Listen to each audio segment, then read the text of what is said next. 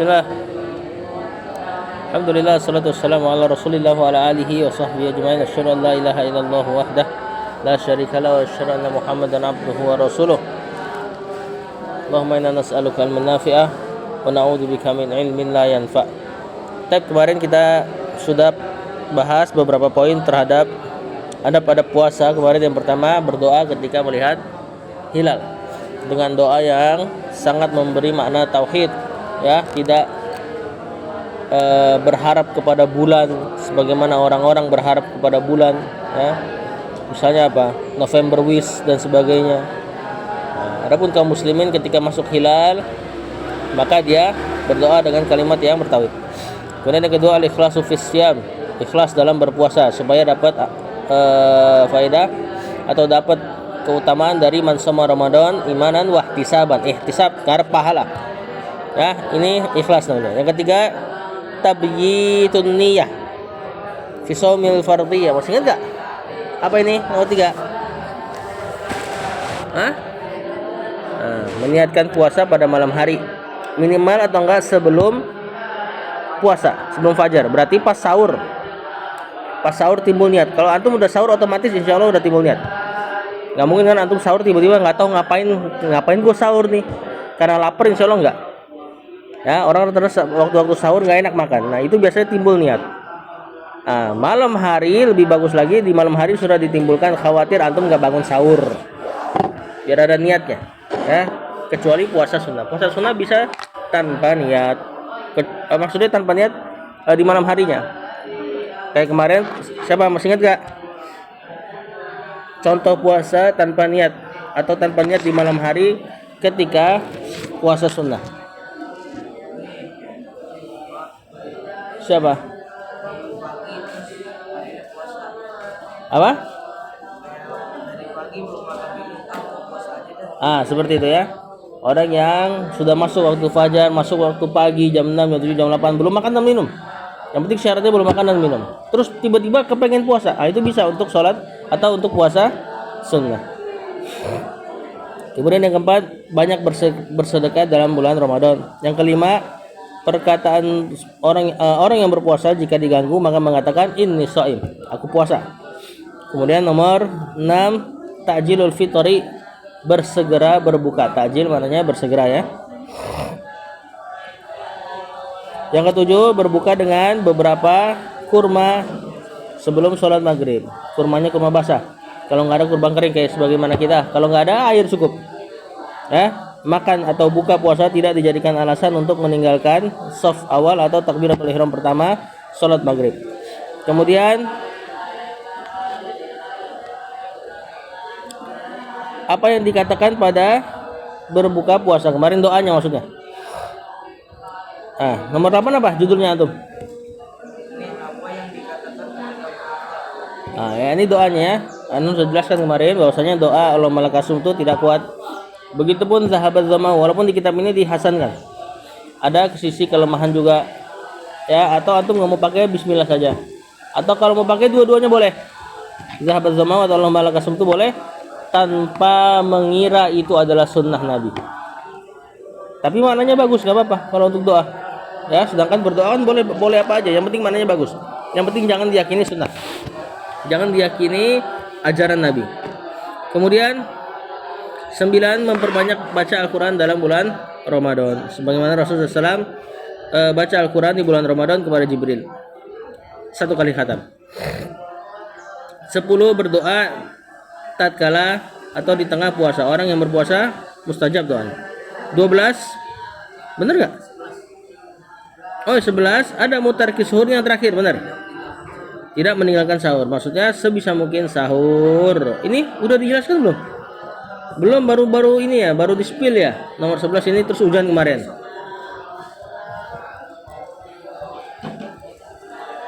Kata penulis tidak meninggalkan sahur. Maksudnya sebisa mungkin sahur. Tidak sahur bukanlah kebanggaan, ya. Sebagian orang, gua mah enggak usah sahur katanya. Kuat puasanya. Enggak, ini enggak berkah malah. Ya, yang berkah adalah tetap menyantap sahur. Beliau bawain beberapa hadis fi sahih an Anas radhiyallahu anhu anna Nabi sallallahu alaihi wasallam Rasul sallallahu bersabda, "Tasahharu, bersahurlah. Fa inna fis sahuri barokatan, karena di dalam sahur itu terdapat keberkahan. Berkah apa berkah artinya? Nikmat. Kebaikan yang banyak dan langgeng, itu arti berkah. Kebaikan yang banyak dan langgeng. Itu kebaikannya ditinjau dari akhirat ya. Dunia akhirat bahkan.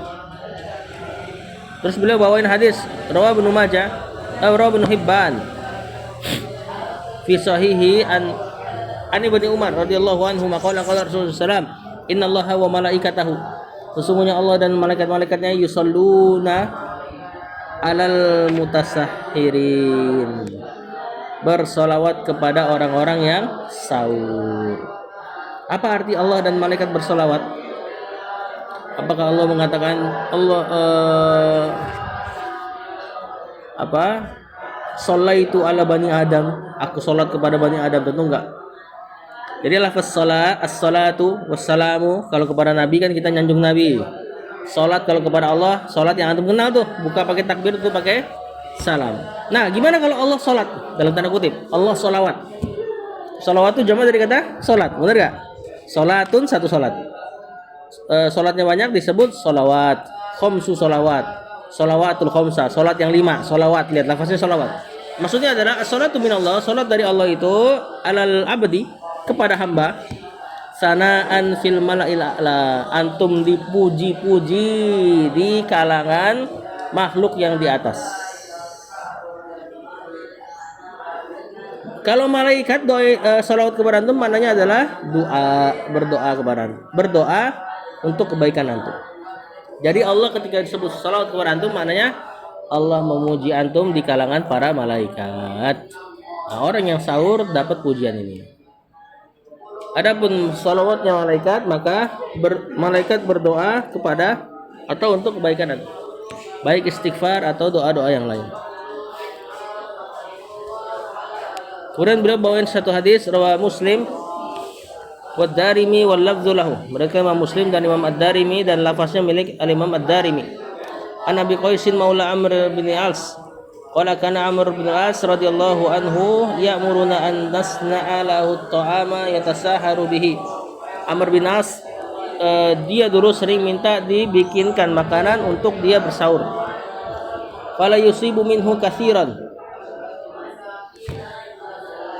Fala yusibu minhu katsiran di sini maknanya adalah dia makan enggak banyak. Dia yang minta bikin makan sahur, dia makan enggak banyak. Faqulna lahu, akhirnya kita pun protes. Ta'muruna bihi wala tusibu minhu katsiran. Kamu minta tapi kamu enggak makan banyak. Qala inni la amaruhum bihi anni ashtahihi. Aku memerintahkan kalian bikin makanan sahur bukan karena pengen makan, bukan karena aku nafsu, bukan karena aku ingin, kata dia. Walakinni sami'tu Rasulullah SAW yaqul, akan tetapi aku mendengar Rasulullah SAW berkata, faslu ma baina siyamina wa siyami ahlil kitab aklatus sahar. Kata Amr bin As, pembeda antara puasa kita dengan puasa ahlul kitab. Ahlul kitab siapa ahlul kitab? Rasul. Ahlul kitab, orang-orang yang belajar. Oh, belum tahu ya? Ahlul kitab adalah Nasrani dan Yahudi. Jadi kata Abdullah bin Amr bin As atau Amr bin As bahkan di sini ya. Amr bin As mengatakan pas ditanya, kenapa kamu nyuruh kita bikin makan, kamu juga yang makan sedikit? Kata Amr bin As, pembeda antara sahur kita dengan sahurnya Yahudi dan Nasrani, makan sahur. Mananya apa? Yahudi dan Nasrani tidak makan sahur. Puasanya berat. Ya. Nah, puasanya kaum muslimin Allah permudah. Maka jangan sampai sudah Allah permudah antum malah memberat-beratkan diri. Paham? Yang ke-12.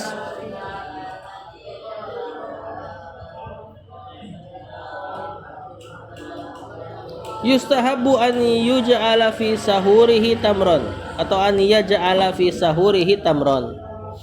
Disukai untuk menjadikan menu sahurnya berupa tamar atau kurma.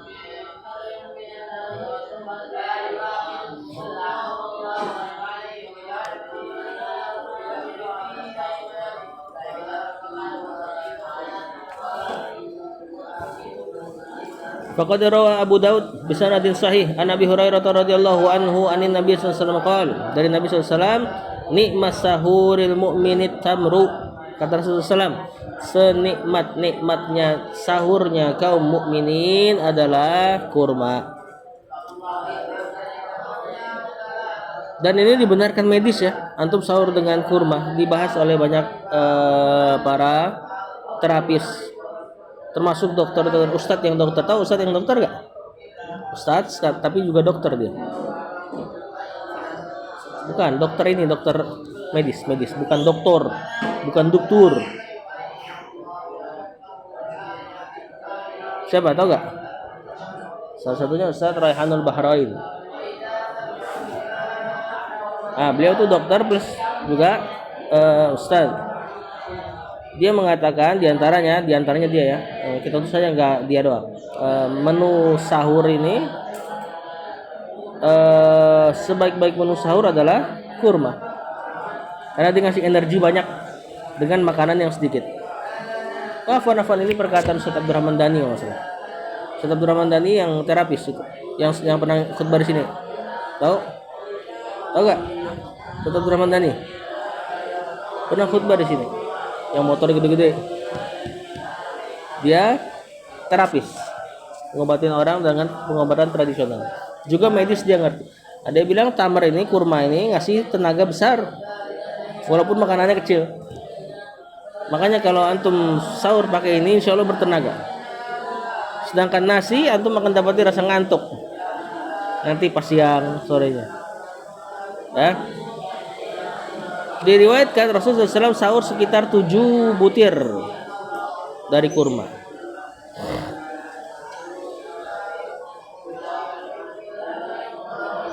Yang ke-13, takhirus sahur atau takhirus suhur ya bisa baca. Mengakhirkan makan sahur. Jadi makan sahur diakhirkan sampai menjelang dekat subuh. Bukan malah di jam 2, jam 1. Makanya diantara keberkahan seseorang yang sahur dengan kurma, dia nggak perlu masak nasi, masak oseng-oseng jam 2. Kita lihat ibu-ibu kaum muslimin di negara kita, kalau bulan puasa bangun dari jam 2, antum masih pada tidur semua. Nanti udah jam 4 atau setengah 4 baru antum dibangunin. Sebagian sampai jam 1 udah bangun, nanti makan sahurnya jam 2. Jam 2 bukan sahur, masih terhitung makan malam. Seandainya pakai kurma antum sahur ya, maka antum nggak perlu nyusahin ibu-ibu antum. Bangun bareng-bareng jam 4, makan, kunyah beberapa, minum, selesai ya. Dan wallah antum nggak akan ngerasa kelaparan insyaallah dibanding makan yang lain ya, walaupun memang mungkin nggak selera kita lah sahur dengan kurma. Kita lihat hadisnya. Wa fi sahihan an Zaid bin Sabit, dari Zaid bin Sabit. Qala, dia mengatakan, tasaharna ma'an Nabi, kami bersahur bersama Nabi sallallahu alaihi wasallam, tsumma qama ila shalah. Kemudian beliau salat. Qultu kam kana bainal azan was sahur. Berapa jarak antara azan dan sahur? Perhatikan. Qala qadru 50 ayatan. Kurang lebih 50 ayat. Baca tartil 50 ayat kurang lebih segitu. Zaman dulu belum ada jam tentu ya. Orang dulu ngitung jam dengan cara baca Quran. Kenapa? Kenapa ngitung jam pakai ayat? Semua orang saat itu ngerti gak? Pas dibilang 50 ayat.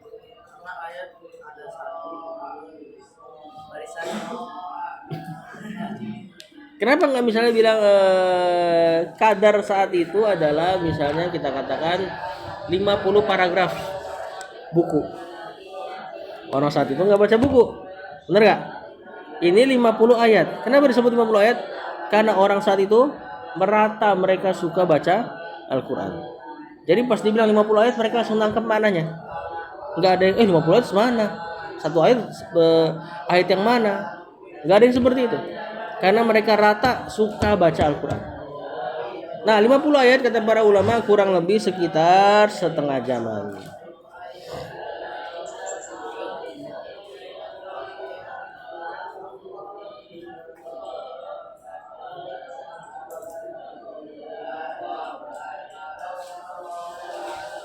Nah, itu ya kata penulis di sini qiraat baca 50 ayat dengan ayat yang normal, enggak panjang enggak pendek.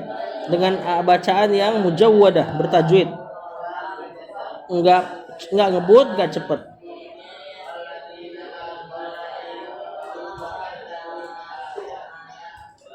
Enggak ayat yang panjang seperti Al-Baqarah 282 ya, satu lembar. Enggak juga ayat yang pendek seperti akhir-akhir Al-Qur'an. Nah, pertengahan itu 50 ayat cobalah baca tengah tartil kurang lebih setengah jam. Lihat jarak sahur Nabi SAW dan para sahabat sampai azan. Di sini malah azan iqomah di sini. Nah, jadi bukan azannya, iqomahnya bahkan. Bayangin 50 ayat setengah jam. Benar-benar mepet kalau antum bayangin. Ya, kita kalau udah makannya repot makan ikan lagi misalnya. Sahur makan ikan, banyak tulangnya. Akhirnya jadi lebih lama.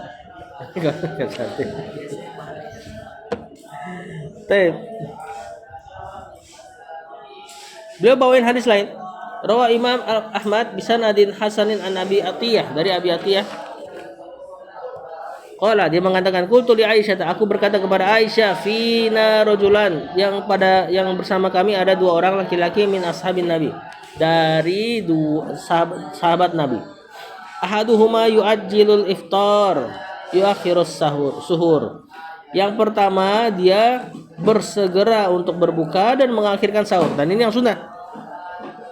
Wal akhar, yang orang yang lain yuakhirul iftar, bukanya ditunda-tunda, wa yu'ajjilus suhur, dan makan sahurnya dikedepankan. Qalat, kata Aisyah, ayyuhuma alladhi yu'ajjilul iftar wa yuakhirus suhur, siapa yang menyegerakan iftar dan mengakhirkan makan sahur? Kata si perawi hadis ini siapa tadi? Abu Atiyah, Abdullah bin Mas'ud. Qalat, kata Aisyah, hakadza kana Rasulullah SAW yasna. Seperti itulah dulu Rasul SAW melakukannya. Lihat, anak ulang lagi. Abu Atiyah cerita, wahai Aisyah, ada dua orang, yang satu segerain buka, akhirin sahur. Orang yang satu akhirin buka, segerain sahur. Jadi bukanya mungkin ditunda-tunda tuh. Jam 7 kayak jam 8 kayak. Sahurnya mungkin jam 2, jam 1. Mana yang lebih afdol gitu loh. Aisyah nanya, siapa tuh tadi orang pertama yang mendahulukan buka, mengakhirkan sahur? Kata si Abu Atiyah, Abdullah bin Mas'ud. Siapa Abdullah bin Mas'ud? Sahabat Nabi yang masyhur, ahli Quran, ahli tafsir. Ya, seafdol-afdolnya ahli tafsir yang senior Abdullah bin Mas'ud. Nanti yang rada junior Abdullah bin Abbas. Nah, ini lebih afdol lagi karena kata Rasulullah SAW, bahkan kata Abdullah bin Mas'ud, nikmat turjumanil Quran Ibnu Abbas. Sebaik-baik pentafsir Al-Quran Ibnu Abbas, kata Ibnu Mas'ud. Jadi Ibnu Mas'ud pun mengakui dia. Ini ibaratnya dalam tanda kutip, kalau yang senior dia paling banyak riwayat tafsirnya. Nah, dialah yang melakukan menyegerakan sahur, menyerahkan berbuka, menunda sahur. Terus kata Aisyah, hakadza kana Rasulullah sallallahu alaihi wasallam. Begitulah dulu Rasulullah SAW melakukannya. Maksudnya Rasul juga kayak gitu, mengedepankan berbuka, mengakhirkan sahur. Pertanyaan saya, kenapa Aisyah nggak nanya orang kedua siapa?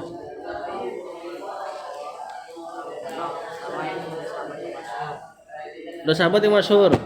Kenapa dia nggak nanya? Terus siapa tuh yang kedua? Kalau kita insya Allah kita akan nanya tuh.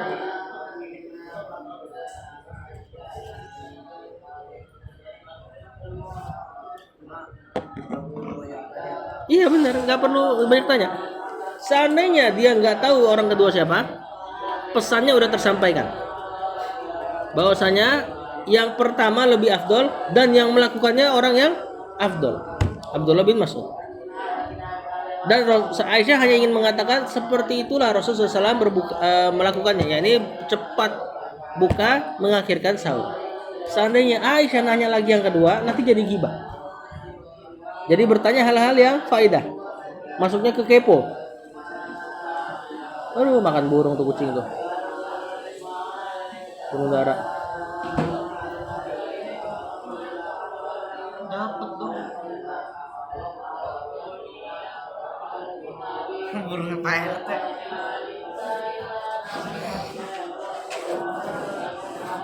Dah, dengerin. Ya, intinya seandainya Aisyah nanya orang kedua, berarti dia udah masuk ke ranah kepo dan itu bukan contoh akhlak yang baik. Dan ini ibu kita Ummul Mukminin Aisyah nggak mungkin melakukan seperti itu. Juga faedahnya udah nggak ada. Yang penting udah tersampaikan Rasulullah SAW melakukan yang orang seperti orang pertama lakukan tadi. Ya.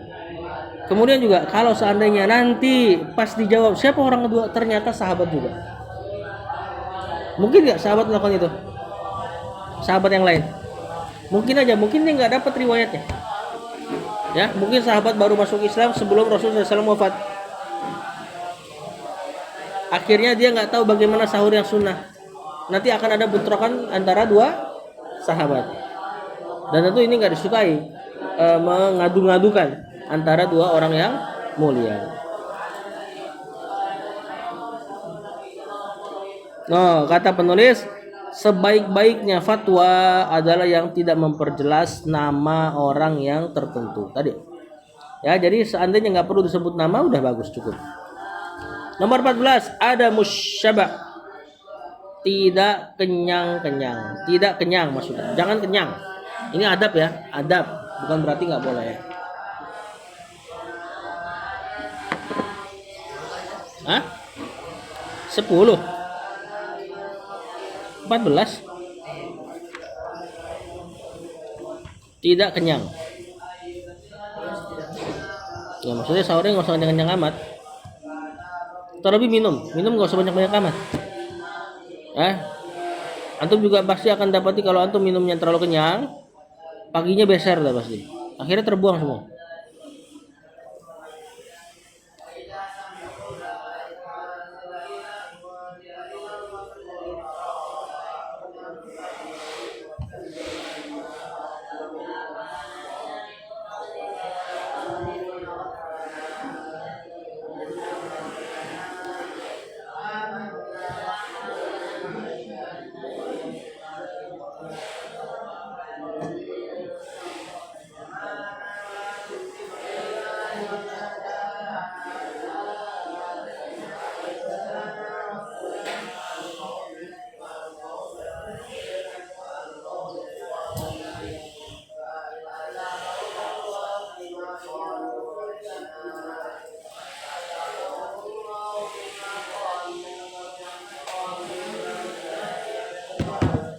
Ini hadis yang antum sudah dapati di adab makan dan minum. Rawati Tirmidzi wa qala Hasan sahih anil Miqdam bin Ma'di Karib radhiyallahu anhu yaqulu sami'tu Rasulullah SAW, aku mendengar Rasul berkata, yaqul ma mal adamiyun ya'an syarran, tidaklah seseorang anak manusia memenuhi wadah yang lebih buruk min batunin daripada perutnya. Tidaklah ada wadah yang dipenuhi lebih buruk daripada perut. Hasbul adamiyyi luqaimat, telah mencukupi manusia itu beberapa suap saja sebenarnya. Yuqimna sulbahu, yang penting sudah menegakkan punggungnya. Umair, jangan main apa-apa Umair. Fa in ghalabat al adamiyya nafsuhu, tapi kalau jiwanya manusia mengalahkannya, maksudnya dia pengen makan nih, lagi pengen makan. Ya, lagi nafsu. Fasulusun lit'am, maka mentok-mentoknya sepertiga saja untuk makanan. Wasulusun lisyarab, sepertiga saja untuk minuman. Wasulusun lin nafas, dan sepertiga saja untuk nafas udara. Maksudnya ini sepertiga yang antum jangan isi full. Jadi makanan dan minuman saja yang diisi. Kalau makanan dan minuman nggak diisi berarti yang penuh nafasnya. Paham nggak? Kemudian makanan diisi sepertiga berarti nafas jadi 2/3. Ya kan? Kemudian antum minum jadilah sisakan untuk nafas sepertiga. 15. Istihbabu taftiris shaimina. Disukai membukakan orang yang berpuasa. Ngerti membukakan orang yang berpuasa? Dikasih makanan atau minuman. Jangan dibikin emosi ya. Lagi pula kemarin kan emosi nggak batal. Rawat Tirmidzi wa qala Hasan sahih an Zaid bin Khalid al-Juhani. Qala Rasulullah SAW, Rasul berkata, man fattara shaiman, barang siapa yang membukakan orang yang berpuasa, kana lahu mislu ajrihi, maka baginya semisal dengan pahala si orang yang berpuasa tadi. Ghairu annahu la yanqusu min ajri shaimi syai'an, dan pahala si puasa tidak berkurang sedikit pun. Misalnya nih, ada orang berpuasa pahalanya 1000 kebaikan. Antum tidak berpuasa. Kita ngomongin yang sunnah aja ya. Kita ngomongin yang sunnah, antum lagi nggak berpuasa. Orang yang ngasih makan antum berbuka puasa di sini kata para ulama diantaranya benar-benar dia ngasih makan sepaket full makanan dan minuman. Sebagian ulama mengatakan ya udahlah minuman dong juga dianggap termasuk dapat pahala orang tersebut. Ini rahmat dari Allah. Berarti orang yang nggak puasa tadi dia dapat pahala berapa tadi antum pahalanya? 1000 kebaikan ya? Tadi berapa? 1000. Berarti yang ngasih buka puasa dapat 1000 juga. Terus 1000 antum berkurang nggak? Enggak. Jadi ibaratnya Allah ngasih karunia 2000 tuh buat dua orang itu. Nah, dan pahala sifatnya bukan karena keadilan Allah. Pahala sifatnya karena kasih sayang Allah. Allah terserah Allah kasihnya. Nah, terus gimana dong? Kalau gitu ya udahlah ngapain gue puasa? Mending gue ngasih makan orang aja. Apa gimana? Lebih mantap lagi dua orang tersebut puasa. Yang satu dapat 1000, yang satu dapat 2000. Mungkin karena puasanya lebih berkualitas. Ya. Termasuk amal-amal soleh pas puasanya tuh. Baca Qur'annya, dia dapat 2000, yang satu 1000. 2000 ngasih makan juga pas buka puasa, si 2000 yang traktir. Berarti 2000 udah berapa? Kan dia berapa? 1000. Berarti si 2000 dapat 1000.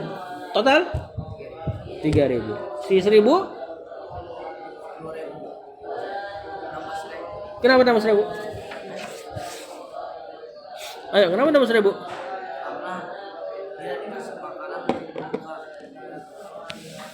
Enggak nambah dong. Kan di sini yang naktir itulah yang nanti dapat pahala temennya. Berarti dia nggak nambah cuma 1000. Nah maka kalau antum bisa puasa plus ngasih makan orang itu lebih bagus. Itu kalau ngasih makan satu ya. Gimana kalau antum puasa tuh biasa yang ngasih mudah-mudahan nggak apa-apa. Mudah-mudahan dapat pahala. Ini kan masalah karunia Allah. Karunia Allah kita tahu karunia yang luas. Ya, jadi nggak perlu kita katakan sempit dengan makna harus ngasih makan sepaket dan sebagainya. Insya Allah yang sedikit pun dianggap sama Allah. Mudah-mudahan seperti itu.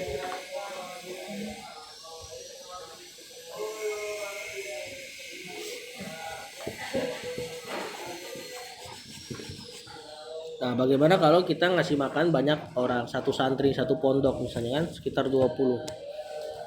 Nah, bagus lagi itu. Yang ke-16, al-hirsu ala sholatit tarawih. Bersemangat dalam melaksanakan sholat tarawih.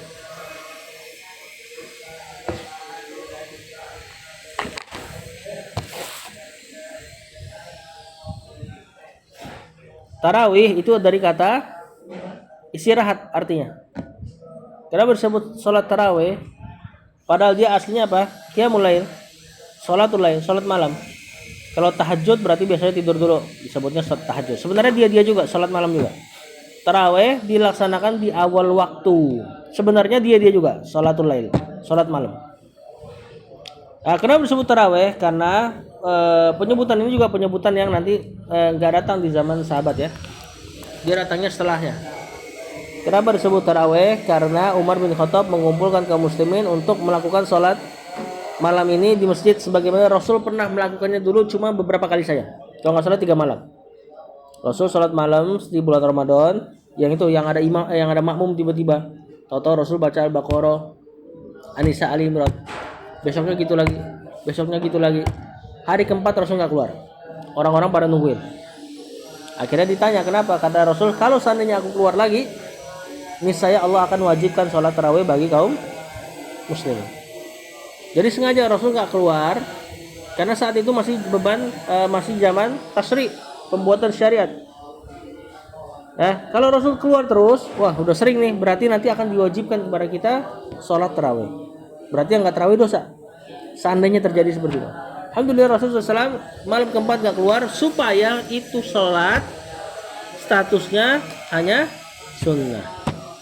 Alhamdulillah, jadi ada keringanan bagi kita yang kalau misalnya nggak mau tarawih bisa meninggalkannya. Tentu tapi nggak afdol. Nah, zaman Umar dikumpulkan manusia, yang penting kan udah selesai nih, udah hukumnya sunnah kan, udah nggak ada nabi kan saat itu. Maka dikumpulkan manusia untuk sholat sebagaimana Rasul dulu pertama kali sholat di masjid. Dan sholatnya tarawih. Tarawih artinya santai, istirahat.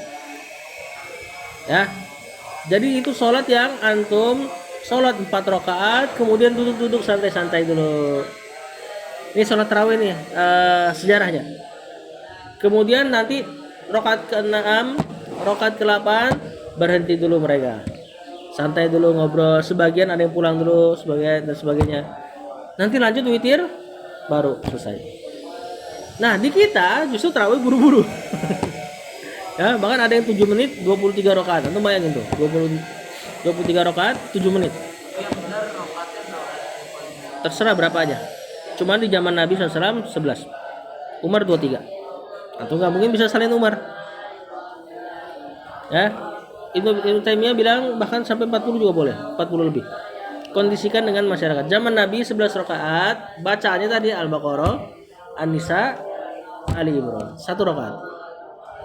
Makin ke belakang makin pendek dan seterusnya. Nah, kita udah 11 rakaat, bacanya Atin. Tentu jomplang. Harusnya kalau semakin pendek rakaatnya, semakin pendek bacaannya, rakaatnya semakin panjang. Atau minimal rakaatnya semakin pendek, maka istirahatnya semakin panjang. Dulu di zaman Imam Malik, dia pilih kalau nggak salah 23 juga, tapi sholatnya gini, 2 rakaat, 4 rakaat, berhenti dulu. Bukan Imam Malik. Siapa yang di Mekah, lupa nah, Imam siapa? 2 rakaat, 4 rakaat, berhenti dulu, tawaf dulu.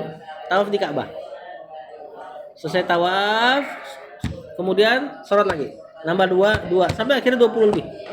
Dan kebiasaan mereka taraweh, ya, setelah selesai taraweh semuanya langsung pulang. Ngapain? Sahur. Iya, langsung ketemu sahur. Makanya santai mereka jalan ini. Nah, tentu ini berat bagi kaum muslimin. Tapi maksudnya adalah kalau antum tahu penamanya taraweh, jangan cari masjid yang buru-buru justru.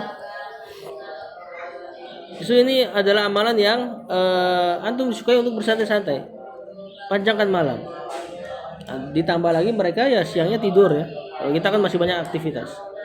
Ada beberapa masjid Anda tahu dia kalau sholat taraweh 2 rakaat, 4 rakaat berhenti dulu. Di masjidnya disediain makanan, apa namanya tuh? Nah, kopi tuh, tapi dia pakai termos gede tuh. Yang gede banget. Yang dipencet langsung panas airnya. Nah, dibiarin dulu ngopi, teh. Mungkin sekitar setengah jam, lanjut lagi. Dan agak malam memang, agak malam. Ada yang baca Quran. Nanti lanjut, rakaat ke-6, rakaat ke-4, rakaat ke-6, 8, berhenti lagi. Begitu lagi mereka. Oh, jangan. Jadi ibadah nanti. Jadi nyelipin ibadah nanti, khawatir. Itu kali sebelum witir. Sebelum witir itu. Kalau di tengah-tengah benar-benar di antara 4 sama 6 enggak.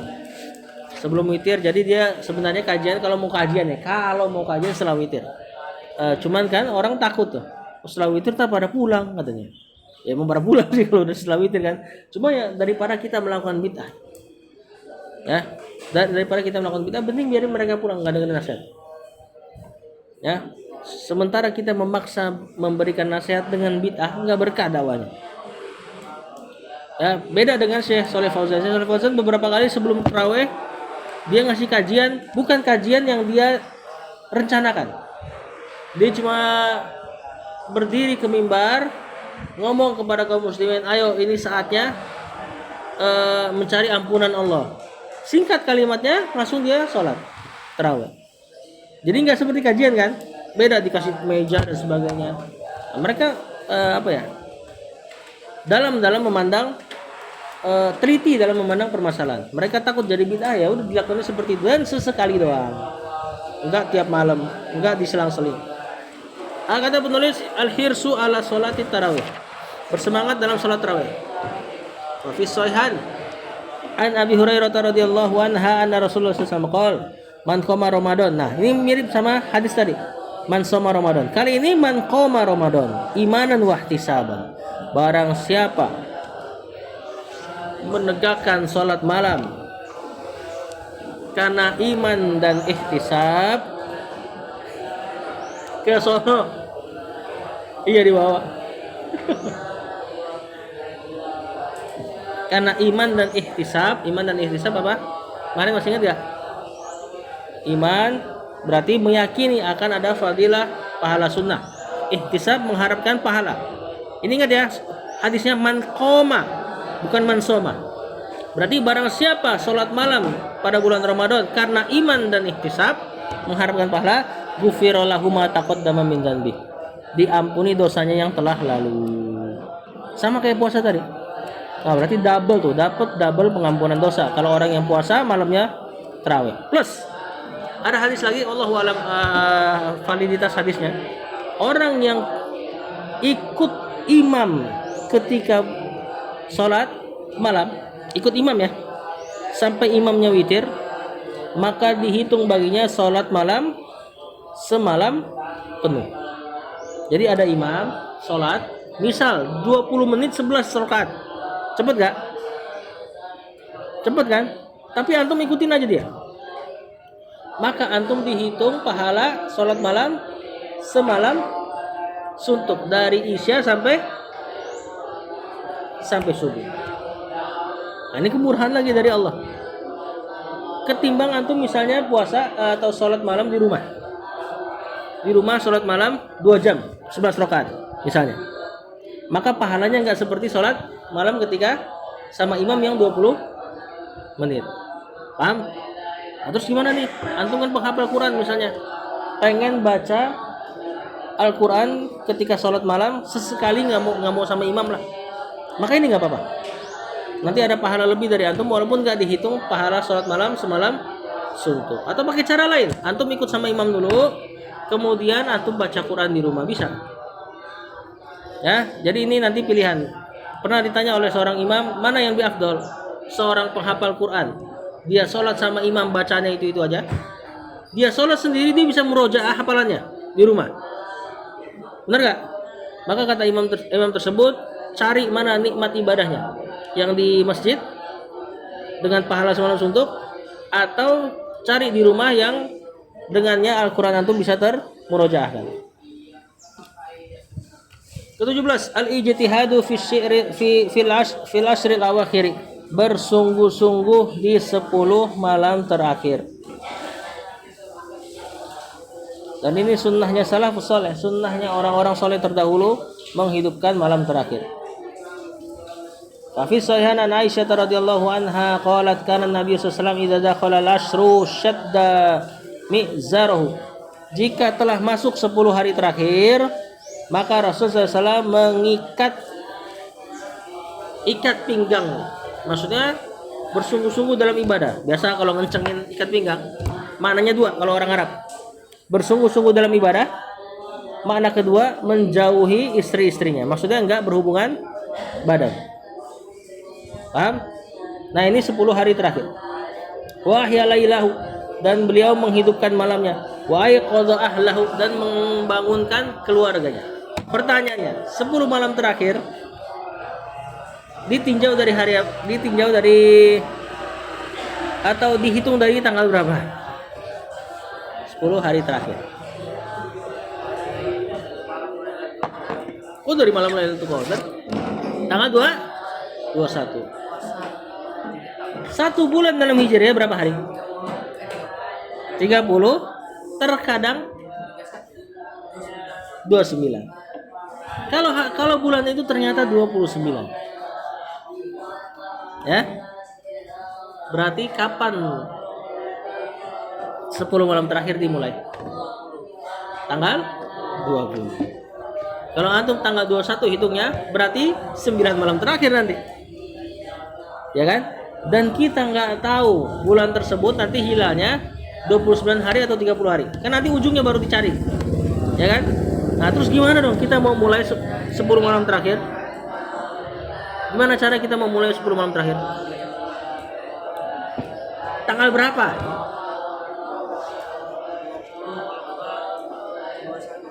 Kalau pas 21 ternyata 29 hari, kehilangan 1 hari. Ya, maka kita mulai dari tanggal 20. Tanggal 20 hitungannya malam genap atau malam ganjil? Malam genap. Kalau 29 hari, malam ganjil. Berarti kalau bisa 29 hari hitungannya dari belakang. Tanggal 29 adalah malam ke-10. Benar gak? Tanggal 28 malam ke-9. Makanya, antum sering dengar kan kalau kita mencari malam terakhir di bulan Ramadan, mencari 10 malam terakhir bulan Ramadan, kebanyakan kaum muslimin cari malam ganjil kan? Malam ganjil ada kemungkinan Lailatul Qadar. Lailatul Qadar lebih baik daripada 1000 bulan. 1000 bulan sama dengan 83 tahun. Orang beramal saat itu antum sholat 2 rakaat, berarti 2 rakaat kali 83 tahun. Pahalanya segitu. Ini makanya dicari-cari. Orang cari malam ganjil.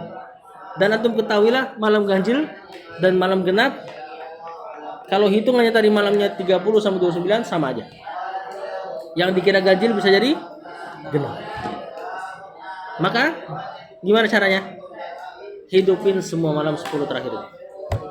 Udah hidupin aja, antum nggak usah pikirin tanggal berapa dia. Antum hidupin 10-10-nya, berarti pasti dapat gak? Pasti dapat. Nah, ntar ini dipraktekkan di rumah. Karena bulan Ramadan biasanya di 10 terakhir, ya yang sangat anak sayangkan sebenarnya antum malah diliburkan. Akhirnya nanti antum malah tawuran.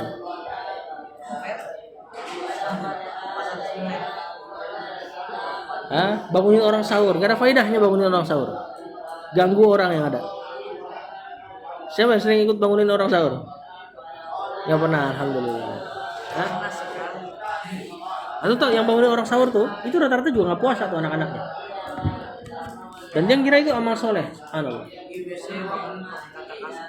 Iya, terlebih di rumah orang yang non muslim biasanya, makin kenceng tuh dikebukinnya. Kalau nggak di rumah teman. Nah ini nggak faedah, nggak ngasih faedah. Pakai pocong. Hah?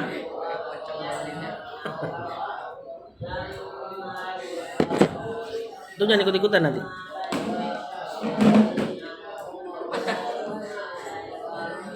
Tadi kata Aisyah, Rasul SAW jika masuk 10 hari terakhir beliau mengencangkan ikat pinggangnya. Tadi ya bersungguh-sungguh atau menjauhi perempuan. Maksudnya nggak berhubungan badan. Kemudian ada satu hadis lagi. Rawat Tirmidzi qala hasan sahih gharib an Aisyah radhiyallahu anha qalat kana Rasul sallallahu alaihi wasallam yajtahidu fi asril awakhiri ma la yajtahidu fi ghairi. Rasul sallallahu bersungguh-sungguh dalam ibadah di 10 malam terakhir dengan kesungguhan yang tidak ia lakukan pada malam lainnya. Maksudnya beda rasanya. Rasulullah SAW sholat sampai kakinya bengkak-bengkak. Nah di Ramadan lebih lagi.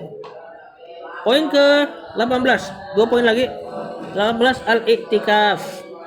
Iktikaf berdiam diri meniatkan ibadah. Jadi diam dirinya diniatkan ibadah. Tentunya hanya bisa di masjid. Nah iktikaf nggak harus Ramadan. Antum ketika datang dari Mahat ke sini bisa diniatkan iktikaf. Kalau iktikaf berarti kalau antum niatkan iktikaf, ya berarti antum diam doang di masjid, pahalanya ngalir. Iktikaf kalau boleh kita katakan dalam bahasa yang agak, kalau memang boleh ya, itu mirip dengan makna semedi. atau semedi gak? Berdiam diri tapi tentu di masjid kita nggak kayak gitu, ngapain kan? Maksudnya diam aja, diam. Itu dapat pahala ini nih, ibadah ini, al-i'tikaf. Kalau main dapat Insya Allah i'tikafnya jalan terus. Mainnya nanti ada lagi, seandainya mainnya ganggu orang, ya mainnya dapat dosa. Cuman pahala i'tikafnya jalan terus. Apalagi kalau antum sudah niat i'tikaf belajar, berarti pahalanya double. Pahala belajar jalan, pahala i'tikaf dapat juga. Wa Sahih an Abdullah bin Umar radhiyallahu anhu qala kana Rasulullah sallallahu ya'takiful ashrul awakhir. Rasulullah SAW beriktikaf di 10 malam terakhir min Ramadan, dari bulan Ramadan. Tadi Anda bilang, jadi iktikaf nggak harus bulan Ramadan juga. Bagaimana Imam An-Nawawi membolehkan seseorang iktikaf kapan saja, yang penting dia masuk masjid diniatkan. Niat dalam hati. Ya, antum sadar antum pengen iktikaf, dapat pahala iktikaf. Kapan saja. Yang ke-19 zakatul fitri. Nah, ini yang terakhir. Zakat fitri. Fa fi sahihain an Ibnu Umar, dari Ibnu Umar radhiyallahu anhuma anna Rasulullah sallallahu alaihi wasallam farada zakatul fitr. Nanti ini poin terakhir pas tanggal akhir-akhir bulan Ramadan, bahwasanya Rasulullah SAW mewajibkan zakat fitri. Bukan zakat fitrah ya, walaupun boleh aja disebut zakat fitrah. Zakat fitri zakat berbuka. Min Ramadan ala nasi soal. Rasulullah SAW mewajibkan zakat fitri di bulan Ramadan. Setiap manusia wajib mengeluarkan 1 sok min tamrin, dari kurma. Tentu kalau kita nggak makan kurma, dari makanan pokok 1 sok. 1 sok itu 4 mud. 1 mud itu segini, 2 genggaman orang dewasa. Jadi kalau antum ada kurma, bisa antum tunaikan zakatnya dengan 4 kali siduk begitu. Cuma mahal kalau kurma. Kalau pakai beras ya pakai hitungan yang ulama sudah hitung aja. Ya ini paling aman 3 kilo paling aman 3 kilo atau 3,5 liter. Walaupun ada hitungan yang boleh lebih sedikit ya, cuma kita cari aman aja. Au so'an min syair, atau 1 sok dari gandum. Tadi 1 sok berarti 4 kali begini, 4 kali mud. Ala kulli hurrin, setiap orang yang merdeka. Jadi kalau budak nggak wajib. Ya. Au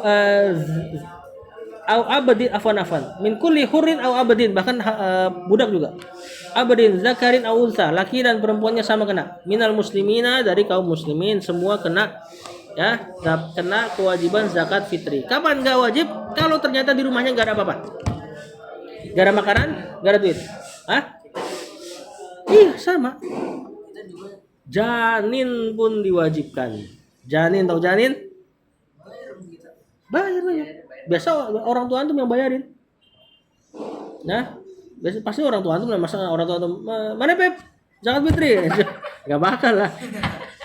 Pasti udah dihitung, intinya antum tahunya udah beres aja. Termasuk orang gila.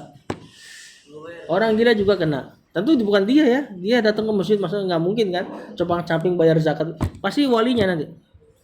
Jadi zakat fitri ini bukan masalah taklif itu beban syariat. Zakat fitri ini pokoknya semua jiwa kena. Kalau gelandang jalanan termasuk kena. Cuman kan ya nggak tahu dia ini soalnya kewajibannya terkait makanan untuk orang lain. Bukan masalah dianya. Kalau dianya anak kecil nggak dapat harusnya, nggak kena. Ya, tapi ini masalah ngasih makan orang lain, jadi ada hak orang lain kepada dia. Nah, ini 1 atau 3,5 liter beras atau 3 kilo, ya, ukurannya 4 kali ciduk 2 tangan seperti ini. Wallahu a'lam. Ini ditunaikan sebelum khutbah batasnya. Tanggal 28, 29, 30 udah mulai boleh. Ulama Syafi'iyah bahkan membolehkan dari tanggal 1. Tanggal 1 antum sudah tunain zakat fitri. Cuma nanti khawatir berasnya nggak dapat nanti. Ini kan tujuan zakat fitri apa? Supaya pas tanggal 1 semua orang punya makanan. Wallahu a'lam. Sallallahu ala nabiyina Muhammad wa ala alihi wa sahbihi wasallam.